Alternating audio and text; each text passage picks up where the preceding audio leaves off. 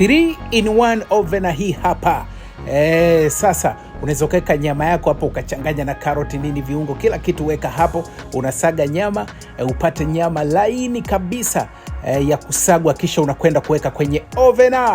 Weka limao, haya sausage pamoja na kuku, kisha weka kwenye oven. 3-in-1 hii sasa ni multi-purpose. Tayari sausage ziko tayari, kuku iko tayari, nyama ya kusagwa iko tayari, mayai, chips, mkate, weka hapo kwa pamoja. Lakini pia unaweza kutengeneza keki kama hivyo. Sasa weka maji.